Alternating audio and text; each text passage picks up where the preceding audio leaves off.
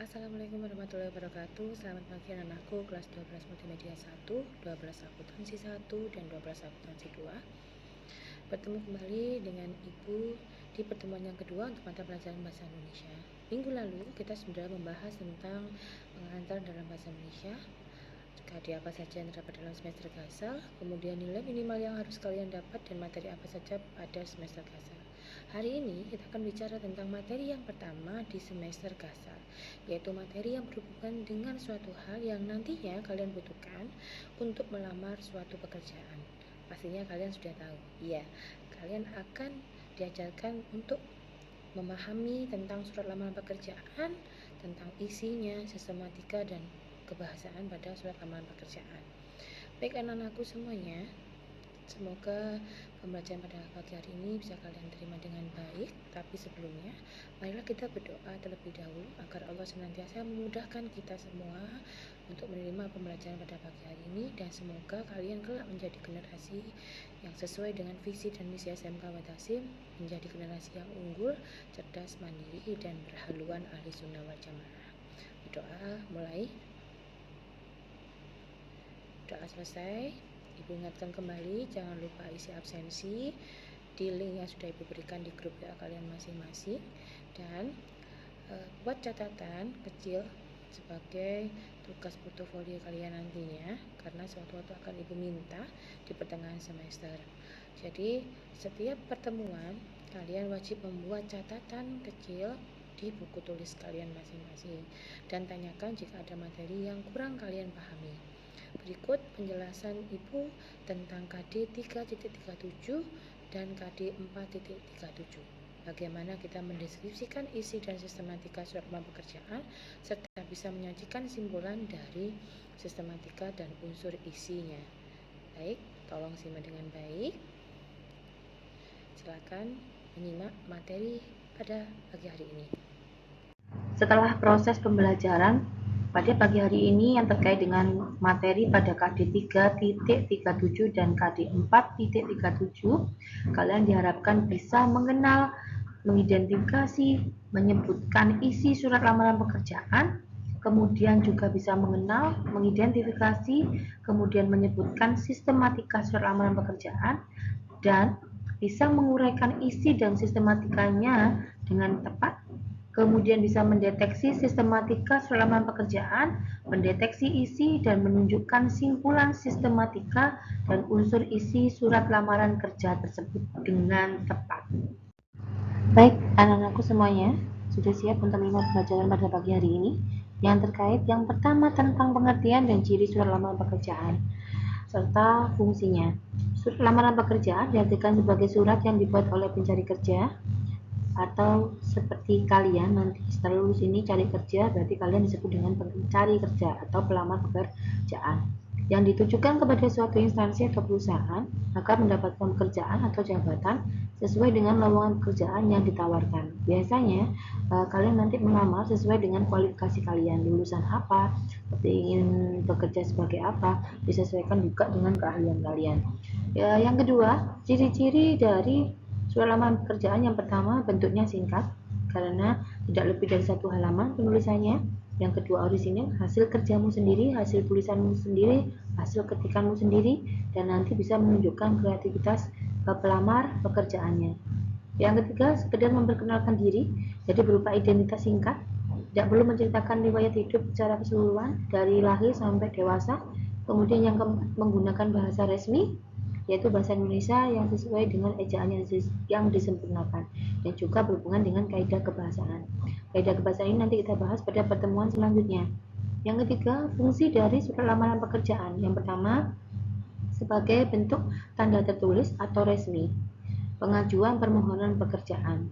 Jadi surat ini nanti sebagai sifatnya resmi dan jadi pertimbangan apakah nanti diterima atau ditolak pelamarnya. Kemudian sebagai bentuk alat komunikasi antara dua pihak, pelamar pekerjaan dan yang menerima pekerjaan.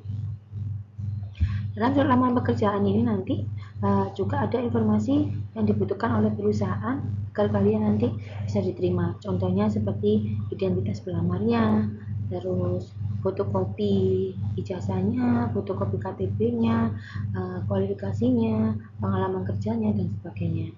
Kemudian sebagai bahan pertimbangan, jelas kalau penulisan surat lamaran pekerjaannya baik, kualifikasinya baik, keahliannya juga ada, maka insya Allah nanti diterima di perusahaan atau instansi yang kalian lamar untuk mencari pekerjaan. Masuk ke sumber informasi yang bisa kita dapatkan untuk lowongan pekerjaan. Yang pertama berasal dari diri kita sendiri atau inisiatif kita sendiri untuk melamar suatu pekerjaan, meskipun tanpa adanya iklan, tanpa adanya pengumuman dan informasi dari seseorang. Misalnya kita jalan-jalan, kita sudah membahas surat lamaran pekerjaan, kemudian saat ada toko atau instansi atau perusahaan yang membutuhkan karyawan, kita bisa langsung memberikan surat lamaran pekerjaan tersebut. Yang kedua, informasi dari seseorang biasanya berasal dari karyawan yang sudah bekerja terlebih dahulu di perusahaan atau instansi tersebut. Yang ketiga, iklan bisa didapatkan dari media cetak seperti koran atau internet. Yang terakhir, dari pengumuman, sesuatu yang ditempel di tempat umum. Kemudian biasanya pengumuman ini ada di bursa kerja, di sekolah, ada di pengumuman di dinas tenaga kerja, dan lain sebagainya. Adanya sumber informasi ini bisa membuat perbedaan pada kalimat pembukaan dalam surat lamaran pekerjaan. Nanti kita bahas pada pertemuan selanjutnya. Masuk ke pembahasan berikutnya tentang isi surat lamaran pekerjaan. Jelas bahwa isi surat lamaran pekerjaan adalah untuk memperoleh pekerjaan dari suatu instansi atau perusahaan. Dari jenisnya, berdasarkan cara pembuatan, isi surat lamaran pekerjaan dibagi dua. Yang pertama, model gabungan. Dianggap sebagai model gabungan karena surat lamaran pekerjaannya ditulis dengan kurikulum vitae atau daftar riwayat hidup pelamarnya. Yang kedua, model terpisah. Disebut terpisah karena surat lamaran pekerjaannya ditulis terpisah dari riwayat hidup atau kurikulum vitae-nya. Dalam kurikulum vitae-nya disebut sebagai lampiran. Makanya model yang kedua ini disebut dengan model terpisah. Perhatikan gambar yang sudah Ibu berikan angka-angka di sebelah kanan kalian. Itu menunjukkan tentang sistematika penulisan surat lamaran pekerjaan. Yang pertama, tempat dan tanggal surat. Mungkin kalian sudah tahu bagaimana menulis tempat dan tanggal surat. Ya, ada lokasi, kemudian koma, kemudian tanggalnya. Tidak diberikan titik setelah tanggal. Jadi contohnya Surabaya, 28 Juli 2021. Kemudian bagian yang kedua, ada hal atau perihal surat, tidak boleh disingkat. Jadi penulisannya cukup hal, titik 2, permohonan pekerjaan. Huruf P untuk permohonan huruf kapital, yang P pekerjaan pakai huruf kecil. Kemudian lampiran. Lampiran juga tidak boleh disingkat. Cukup berarti menggunakan kata lampiran dengan jelas. Lampiran titik 2, angka 1, kemudian kurung buka 1, kurung tutup, berkas. Tidak boleh menggunakan kata lembar karena banyak lembar-lembaran yang mengikuti surat lamaran pekerjaannya tadi. Makanya menggunakan kata berkas. Yang keempat, alamat surat. Alamat yang dituju untuk instansi yang akan kita berikan surat lamaran pekerjaan. Dengan syarat alamat suratnya tidak boleh menggunakan kata kepada, karena kata kepada ini digunakan untuk alamat luar surat di sampul untuk menaruh suratnya. Jadi kalau dalam surat lamaran pekerjaan di dalam seperti ini, gunakan kata yang terhormat. Disingkat Y huruf besar TH titik. Kemudian orang yang dituju. Kalau misalkan kita tahu jabatannya, tidak boleh menggunakan sapaan Bapak atau Ibu. Jadi cukup YTH titik manajer sukses mandiri. Baru kita berikan alamat instansinya. Kalau alamat instansinya letaknya di jalan, berarti kita menggunakan kata jalan, tidak boleh disingkat. Contoh M Yamin nomor 02. Tapi kalau letaknya di dalam gang atau kampung, kita hapus kata jalannya. Cukup M Yamin gang 2 nomor 2. baru kotanya, contoh Bandung. Kemudian yang kelima, ada bentuk salam pembuka. Salam pembuka yang digunakan biasanya menggunakan kata dengan hormat, diikuti tanda koma. Kemudian baru kita masuk ke isi. Isi ini melibatkan 4 bagian, yaitu alinea pembuka, di mana alinea pembuka ini harus menggunakan bahasa yang baik dan sopan, serta membuat instansinya tidak tersinggung jika membaca untuk pertama kali. Kemudian baru isi. Isinya berupa tentang identitas singkat, contoh nama, tempat tanggal lahir, pendidikan, alamat, dan nomor telepon yang bisa dihubungi. Kemudian isi tentang maksud dan tujuan penulisan surat lamaran pekerjaan, dan yang ketiga menyatakan lampirannya. Baru kita menuju ke paragraf penutup. Paragraf penutup ini kita harus menunjukkan antusias kita dalam melamar pekerjaan, meyakinkan bahwa kita bisa ini agar instansinya itu respect kepada kita. Kemudian bagian yang ketujuh ada namanya salam penutup. Salam penutup gunakan atas perhatian Bapak atau Ibu manajer instansi apa, saya ucapkan terima kasih. Baru tanda tangannya dan nama jelas. Biasanya diberikan ke kata hormat saya. Nanti kalian bisa lihat di contoh surat lamaran pekerjaan yang ada di slide selanjutnya. Kita masuk ke hal-hal yang biasanya dilampirkan pada surat lamaran pekerjaan. Yang pertama, daftar riwayat hidup atau kurikulum vitae atau disingkat dengan CV. Yang kedua, fotokopi ijazah terakhir, fotokopi sertifikat jika ada, surat keterangan kelakuan baik jika diperlukan, surat keterangan pengalaman kerja jika sudah mempunyai pengalaman kerja. Yang selanjutnya, surat keterangan berbadan sehat jika diminta, biasanya dari Puskesmas. Kemudian fotokopi KTP atau SIM, kemudian pas foto 3x4 atau 4x6. Baik, anak-anakku, inilah bentuk contoh surat lamaran pekerjaan. Mulai tanggal dan tempat surat Surabaya, 12 Juli 2021. Hal permohonan pekerjaan seperti ini tulisannya, kemudian lampiran 21 angka, kemudian diikuti dengan penjelasan 1, kemudian berkas, baru alamat suratnya, yang terhormat titik, manajer personalia, PT tidak usah titik, PT Aneka Jaya Selatan, Jalan Margomulyo 78 sampai 80 Surabaya. Bentuk ini alamat suratnya tidak boleh menggunakan kata kepada. Kalau di sampulnya baru kita tambahi kata kepada YTH manajer personalia. Kemudian salam pembukanya dengan hormat. Yang bertanda di bawah ini saya, ini adalah kalimat pembuka. Biasanya kalimat ini digunakan sebagai bentuk sumber informasi untuk inisiatif sendiri.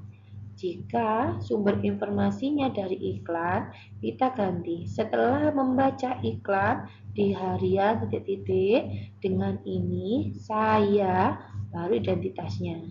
Kalau dari pengumuman, biasanya menggunakan kalimat pembuka berdasarkan pengumuman yang ada di sekolah SMK Wahid Hasim tentang penerimaan lowongan pekerjaan untuk bagian titik-titik dengan ini, saya, identitas pribadi.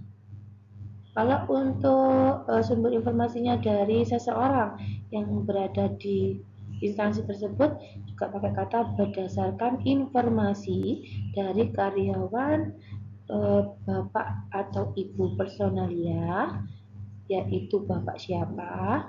Dengan ini saya mengajukan permohonan pekerjaan, nama, identitas pribadimu dengan lengkap. Setelah identitas pribadi, kita baru masuk ke isi bagian tujuan dan maksud untuk melamar pekerjaan. Bermaksud melamar pekerjaan sebagai manajer keuangan di perusahaan yang Bapak atau Ibu pimpin. Adapun sebagai bahan pertimbangan, saya lampirkan. Berarti kita masuk ke isi bagian lampiran. Data riwayat hidup, fotokopi jasa, fotokopi surat laporan baik, surat sehat, dan pas foto 4x6. Baru kita masuk ke penutup. Demikian surat lamaran ini saya buat. Besar harapan saya untuk bisa bergabung menjadi karyawan di perusahaan yang Bapak atau Ibu pimpin. Atas perhatian Bapak atau Ibu, saya ucapkan terima kasih. Baru ke salam menutup hormat saya, tanda tangan, nama jelas. Baik anak-anakku, semoga penjelasan Ibu ini bisa kalian pahami. Jika kalian nanti merasa ada penjelasan yang kurang dimengerti, bisa langsung tanya Ibu. Baik anak-anakku semuanya, Ibu akan mengakhiri pembelajaran pada pagi hari ini, tapi sebelumnya kita buat refleksi terlebih dahulu. Kita bersama-sama untuk membuat satu simpulan tentang materi pembelajaran pada pagi hari ini yang berkaitan dengan isi dan sistematika surat lamaran pekerjaan. Dikatakan surat lamaran pekerjaan karena isi dalam suratnya untuk melamar pekerjaan dalam posisi tertentu dan ditujukan kepada suatu instansi atau perusahaan oleh pencari kerja. Adapun ciri-ciri surat lamaran pekerjaan harus bersifat singkat, orisinil, kemudian sekedar memperkenalkan diri, menggunakan bahasa resmi yang sesuai dengan ejaan yang disempurnakan dalam bahasa Indonesia. Kemudian fungsinya bisa sebagai alat komunikasi, bisa sebagai tanda tertulis atau resmi, pengajuan permohonan pekerjaan, dan sebagai bahan pertimbangan. Kemudian ada sumber informasi yang kita dapatkan untuk lowongan pekerjaan, biasanya dari inisiatif sendiri, berdasarkan informasi dari seseorang, bisa dari iklan, kemudian bisa dari pengumuman. Kemudian ada jenis surat yang bisa kita tulis berdasarkan isinya, yaitu model gabungan antara surat dan kurikulum vitae-nya jadikan satu. Ada juga yang bentuknya terpisah, tergantung pelamar pekerjaan ingin menuliskan seperti apa. Kemudian kita masuk ke sistematika penulisan surat lamaran pekerjaan. Ada beberapa poin yang perlu kalian perhatikan untuk sistematikanya. Yang pertama, penulisan tempat dan tanggal surat, kemudian hal, kemudian ada lampiran, alamat surat, salam pembuka, kemudian isi yang terkait dengan paragraf pembukanya, kemudian isi, maksud dan tujuannya, daftar lampiran, dan paragraf penutupnya. Kemudian salam penutup, tanda tangan, dan nama jelas pelamar pekerjaannya. Kemudian hal-hal yang biasanya dilampirkan pada surat lamaran pekerjaan, ada kurikulum vitae, ada fotokopi jasa, fotokopi KTP atau SIM, surat kelakuan baik, surat sehat dari puskesmas biasanya, dan bentuk lampiran lain yang menunjang kualifikasi kalian. Kemudian dari contoh yang Ibu berikan tadi tentang surat pekerjaan, Ibu harap kalian amati, perhatikan dengan baik. Untuk tugas kalian hari ini masih belum ada. Untuk tugas kalian hanya silakan kalian belajar di rumah. Untuk pembahasan materi selanjutnya di KD 3.38 dan KD 4.38, bagaimana kita bisa mengidentifikasi, kemudian menganalisis unsur kebahasaan pada surat lamaran pekerjaan, dan bisa membuat surat lamaran pekerjaan yang baik dan benar. Ibu harap cari sumber informasi lain yang bisa menunjang pengetahuan kalian tentang materi ini. Bisa dari internet, bisa dari buku-buku bacaan kelas 12 bahasa Indonesia, dan lain sebagainya. Ibu akhiri, terima kasih. Assalamualaikum warahmatullahi wabarakatuh. Tetap jaga kesehatan, patuhi protokol kesehatannya, dan sama-sama berdoa agar kita bisa bertemu kembali dalam pembelajaran di kelas. Akhiri, assalamualaikum warahmatullahi wabarakatuh.